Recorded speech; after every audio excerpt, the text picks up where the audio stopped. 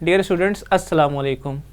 جیسا کہ ہم نے آج سے پچھلی ویڈیو میں بات کی تھی 1956 کے کانسٹیٹیوشن کی، آج ہم بات کریں گے اس ملک کے دوسرے آئین کی، یعنی کہ کانسٹیٹیوشن آف 1962۔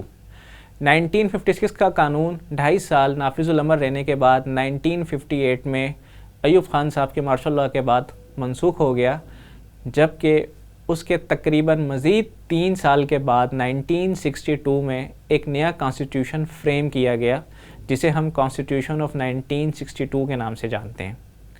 اس کانسٹیٹیوشن کی خصوصیات یا چیدہ خد و خال کی اگر بات کروں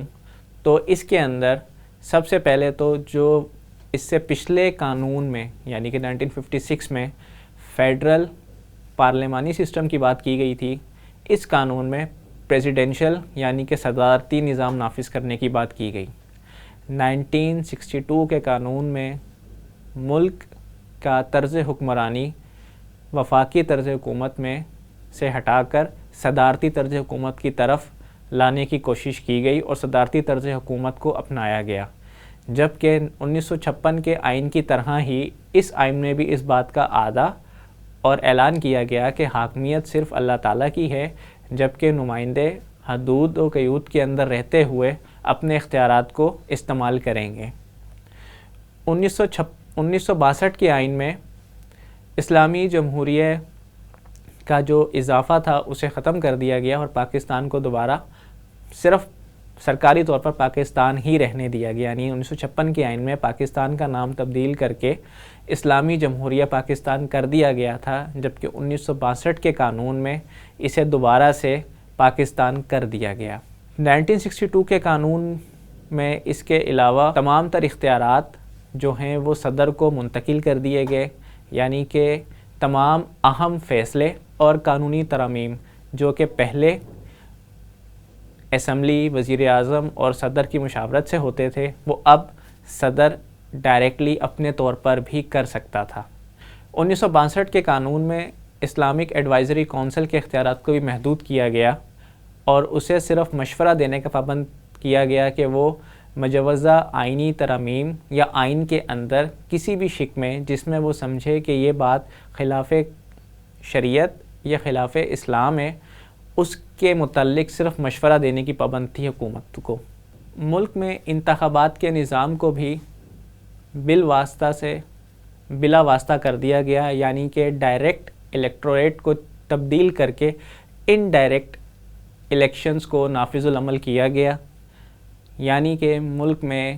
نئی حکومت چننے کا اختیار جو کہ پہلے تمام عوام کے پاس ہوتا تھا،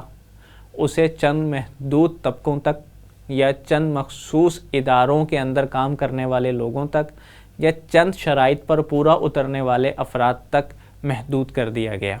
جیسا کہ میں نے پہلے بھی کہا ہے، تمام تر اختیارات صدارتی آفس تک محدود کر دیے گئے تھے، یعنی کہ جو صدر محترم ہیں، یعنی جو اس ملک کے صدر تھے، صدر کے پاس ملک کے تمام اہم فیصلے لینے کا اختیار موجود تھا اور صدر اپنے طور پہ کوئی بھی فیصلہ لینے کا پابند تھے۔ 1956 کے آئین کے برخلاف 1962 میں صدارتی نظام کو نافذ کیا گیا اور تمام تر اختیارات جو کہ پہلے پرائم منسٹر، پریزیڈنٹ اور اسمبلی کے پاس تھے، وہ تمام اختیارات لے کر صدارتی آفس منتقل کر دیے گئے اور صدر کو وسیع پیمانے پر وسیع اختیارات کا حامل قرار دیا گیا۔ 1962 کا قانون تقریباً 7 سال کچھ مہینے نافذ العمل رہا، جس کی بڑی وجہ 1968 اور 69 میں ہونے والی سیاسی کشیدگی اور احتجاج شامل تھا، جس کی وجہ سے ایوب خان صاحب نے ریزائن کیا۔ انہوں نے اپنی حکومت chief of army staff general Yahya Khan کے سپرد کی، جنہوں نے بعد میں مارشل لاء کا نفاذ کرتے ہوئے 1962 کے قانون کو بھی منسوخ کر دیا اور اس بات کا ایک دفعہ دوبارہ اعلان کیا گیا کہ بہت جلد اس ملک میں ایک اور مستقل آئین نافذ کیا جائے گا۔ جنرل یحییٰ خان کے اقتدار سنبھالنے کے بعد ملک میں سیاسی کشیدگی اپنے عروج پر رہی، جبکہ 1970 کے الیکشنز کے بعد اس میں مزید اضافہ ہوا، جس کی وجہ سے بنگلہ دیش اور پاکستان علیحدہ ہوا، یعنی کہ مشرقی پاکستان مغربی پاکستان سے علیحدہ ہو کر بنگلہ دیش کہلایا، اور پھر مغربی پاکستان کی بننے والی اس 1970 کی اسمبلی میں سے 25 لوگوں کی ایک اسمبلی فارم کی گئی، جس میں اپوزیشن اور گورنمنٹ دونوں کے ممبران شامل تھے جنہوں نے پھر اس ملک کے تیسرے قانون 1973 کے آئین کے اوپر کام کیا، جسے ہم اگلی ویڈیو میں ڈسکس کریں گے۔ تب تک کے لیے اپنا خیال رکھیے گا، شکریہ۔